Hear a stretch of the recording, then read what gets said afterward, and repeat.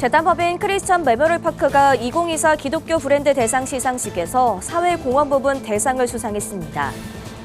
구티비 기독교 복음방송이 2016년부터 운영해온 글로벌 선교방송단이 19기 위촉식을 가졌습니다. 청년들에게 선교 참여의 꿈을 심는 선교한국대회가 내년 8월 개최합니다. 부산 파파클럽이 아버지 기도회를 통해 기도의 불씨를 이어가고 있습니다. 구세군이 올해 말까지 전국 316곳에서 자선냄비 거리 모금을 진행합니다.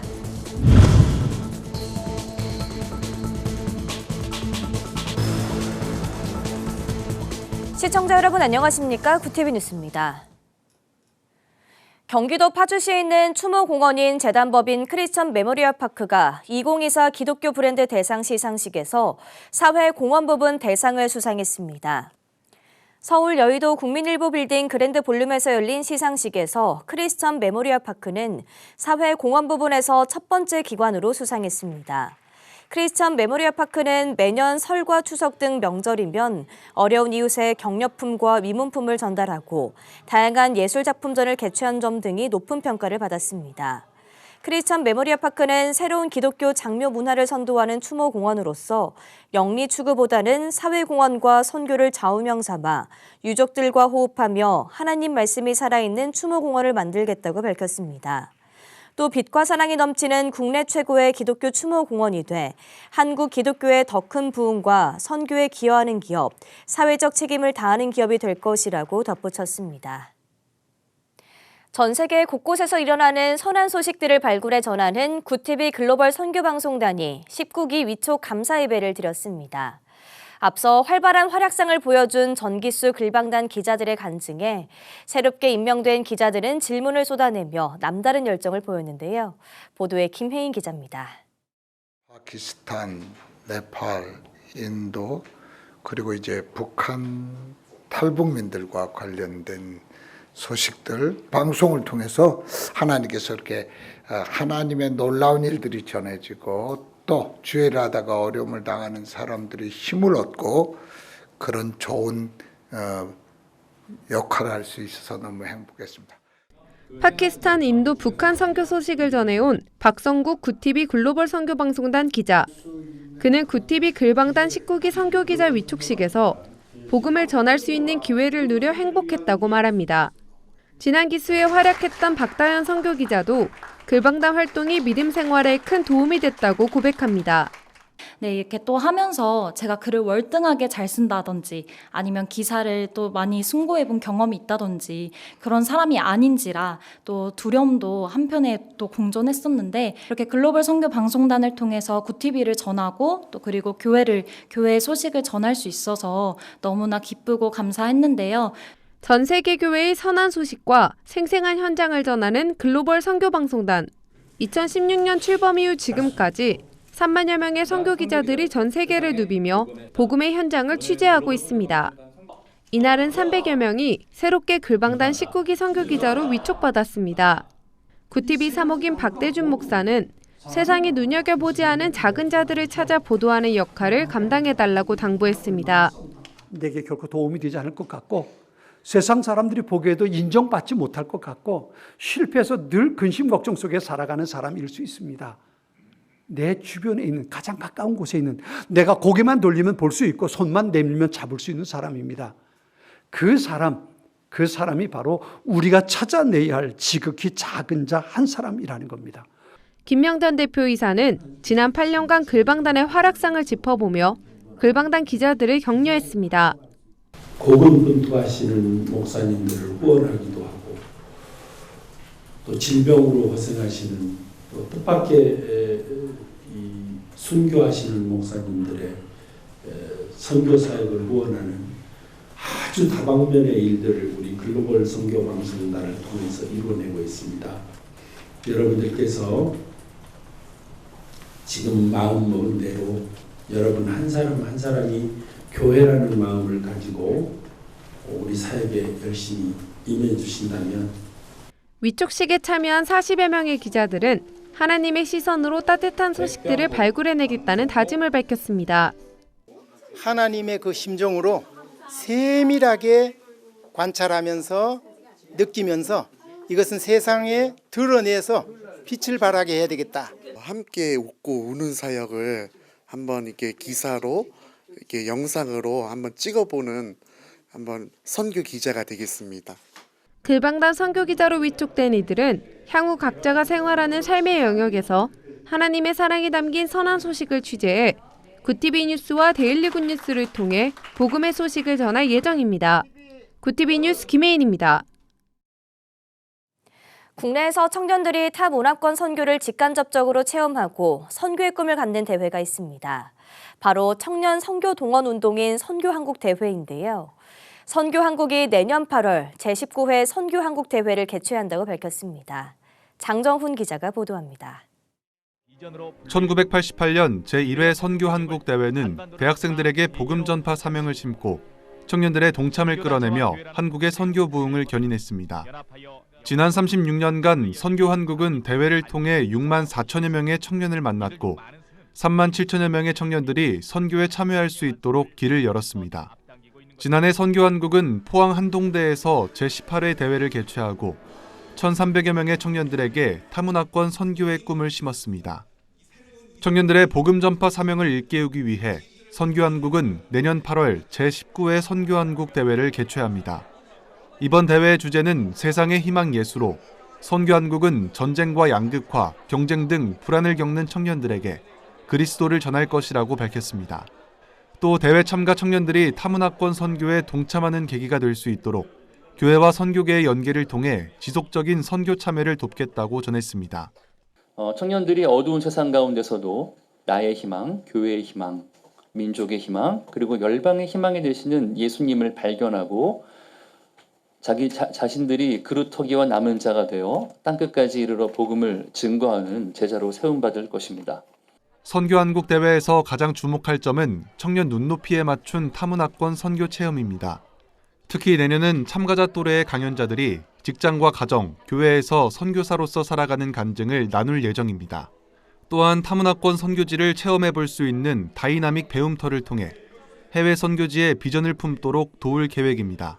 선교사적 공동체를 살고 있는 교회나 아니면 단체나 또 직장, 또 이런 다양한 또 가정 내에서도 선교사적을 삶을 살고 있는 어떤 모델들을 저희가 유튜브에서도 찾았고 직접 또 코디들이 컨택을 해서 저희들이 준비를 하고 있습니다. 선교한국은 내년 대회 이후에도 참가 청년들의 이야기를 듣는 청미선과 같은 프로그램을 개최해 청년의 선교 확장을 위해 힘쓸 것이라고 밝혔습니다. 이번 선교한국 대회 의장단체인 SFC의 허태훈 대표는 청년 개개인이 대회를 통해 신앙 안에서 인생의 방향을 정하고 도전받는 시간이 되길 바란다고 전했습니다. 굿TV 뉴스 장정원입니다. 작년 3월 부산에서 출범한 부산 파파클럽의 아버지 기도회가 계속해서 기도의 불씨를 이어가고 있는데요. 그 뜨거운 기도의 현장을 부울경본부 신승준 기자가 취재했습니다.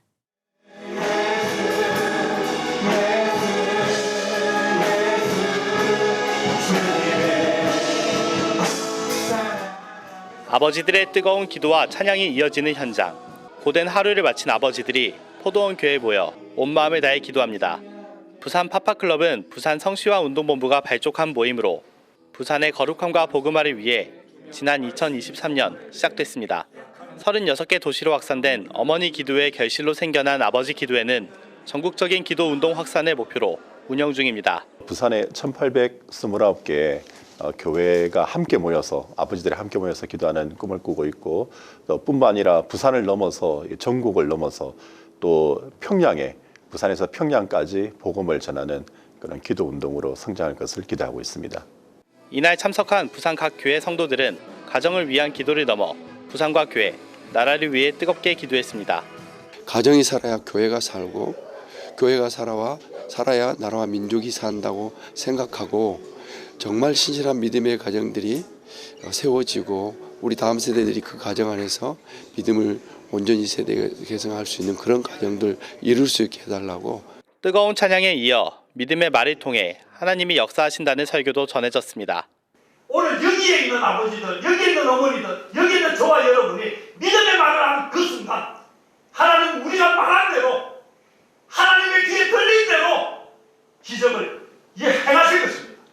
한국교회가 다시 부흥할 것이고 다음 세대가 일어날 것입니다. 부산교회가 연합해서 진행하는 아버지 기도회는 매월 마지막 주 목요일 저녁에 계속해서 이어질 예정입니다. 구TV 뉴스 신승준입니다. 구세군 한국군국이 오는 12월 31일까지 전국 316곳에서 자선냄비 거리 모금을 진행한다고 밝혔습니다. 구세군은 올해 자선냄비 모금에 처음으로 시도하는 키오스크 모금을 비롯해 QR 모금, 간편 결제 가능한 온라인 모금 등을 도입했다며 시대에 맞춘 자선냄비로 온 오프라인에서 모금을 진행할 것이라고 밝혔습니다.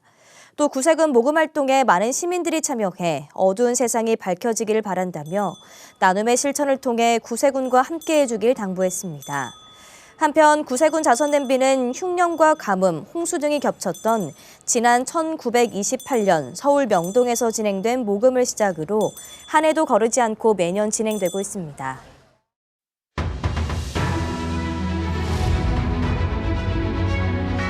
오늘의 이슈 포커스입니다. 대한항공과 아시아나항공의 합병으로 메가캐리어가 탄생하게 됐습니다. 통합대한항공은 매출 21조 원, 항공기 226대, 임직원 2만 7천여 명의 세계 10위권 초대형 항공사로 재탄생합니다. 합병의 마지막 관문으로 꼽힌 유럽연합 집행위원회의 최종 승인이 28일 났는데 2020년 11월 합병 계획을 발표한 지 4년 만입니다. 국내에 하나뿐인 대형 항공사가 등장하는 데다 진에어, 에어부산, 에어서울 등 산하 저비용 항공사도 통합 운영하기로 한 만큼 국내 항공업계의 판도가 뒤흔들릴 것이란 전망이 나옵니다. 전국 대학가에서 윤석열 대통령 퇴진을 촉구하는 시국선언이 한 달째 이어지고 있습니다. 28일 서울대 교수들이 시국선언에 나서면서 전국 각지에서 시국선언에 참여한 교수와 연구자가 5,300명을 넘겼습니다. 서울대 소속 525명은 시국선언문을 통해 윤 대통령 취임 이후 우리 사회의 보편적 상식으로 이해할 수 없는 일들이 너무 많았다고 밝혔습니다. 그러면서 정부의 실정보다 더 심각한 것은 민주주의 시스템의 붕괴라며 윤 대통령이 하루라도 빨리 물러나야 한다고 말했습니다. 현재까지 개별 대학과 기관의 시국선언을 포함해 최소 94개 대학의 교수와 연구자들이 시국선언에 이름을 올렸습니다. 강제로 다시 북한에 돌려보내진 탈북민 가운데 과거 기독교를 접했던 사실이 발각될 경우 정치범 수용소로 보내지는 등 북한에서의 종교 탄압이 심각하다는 주장이 나왔습니다. 교황청 산하 재단인 고통받는 교회 돕기는 최근 발간한 나라별 종교박해 상황 보고서를 통해 지난해 10월 중국에서 북한으로 송환된 탈북민 가운데 탈북 후 기독교인과 교류한 것이 발각된 이들은 정치범 수용소로 보내졌다고 밝혔습니다. 이어 강제 북송된 일반 탈북민은 비교적 가벼운 처벌을 받았지만 기독교인과 접촉한 탈북민은 정치범 수용소로 끌려가 사실상 가석방 없는 종신형을 선고받았다고 주장했습니다. 보고서에 따르면 북한에는 북한 전체 인구의 0.38% 정도인 9만 8천 명의 기독교인이 있는 것으로 추정됩니다.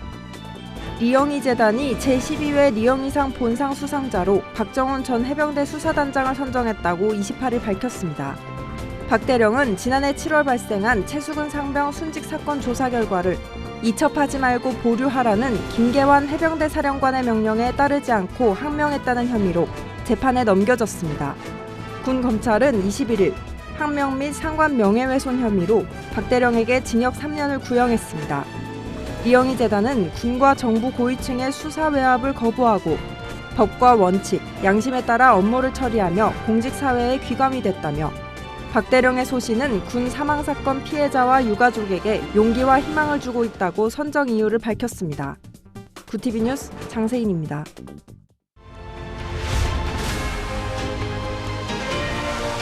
구TV 월드와이드입니다.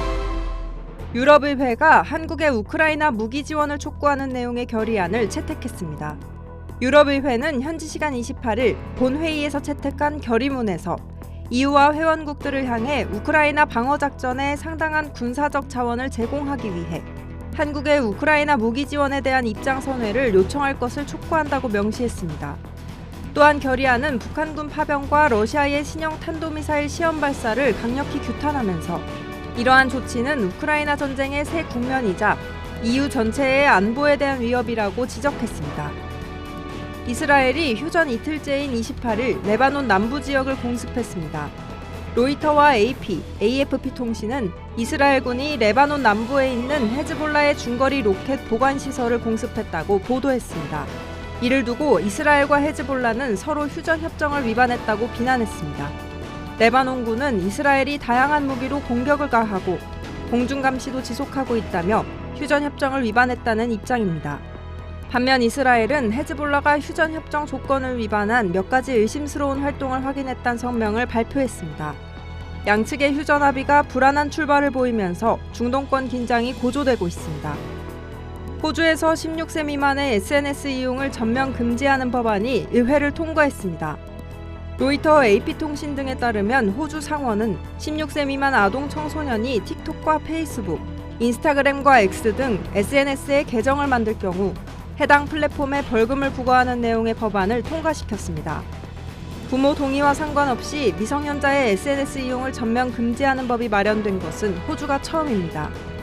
플랫폼의 조치가 불충분할 경우 최대 4,950만 호주 달러, 한화로 약 450억 원의 벌금이 부과됩니다. 일각에선 청소년의 인권을 침해한다며 반대하는 의견도 있습니다.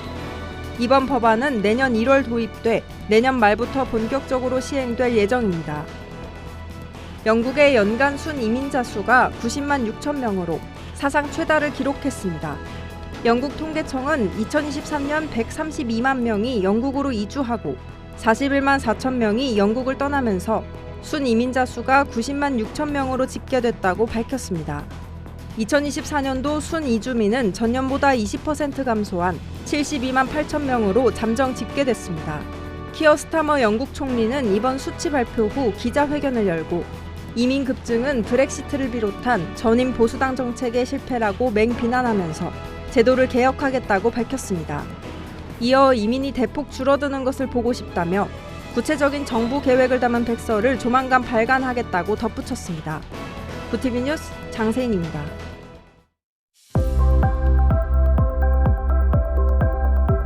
내일도 기온이 큰 폭으로 떨어지겠습니다. 한낮에도 중부지방은 5도 이하에 머물겠는데요. 주말 추위 대비 잘해주시기 바랍니다. 이어서 전국 날씨입니다. 내일 한낮 최고 기온은 서울 9도, 강릉 11도가 예상됩니다. 남부지방은 광주와 부산 13도, 대구 11도, 제주 15도를 보이겠습니다. 날씨였습니다. 구티비 글로벌 선교방송단 19기가 첫 발을 내디뎠습니다. 각자의 영역에서 미디어 선교 사역을 감당하는데요. 사회 곳곳에 퍼진 따뜻한 사역을 발굴하고 보도해 하나님의 사랑이 널리 전해지길 바랍니다. 이상으로 뉴스를 마칩니다. 함께해 주신 여러분 고맙습니다.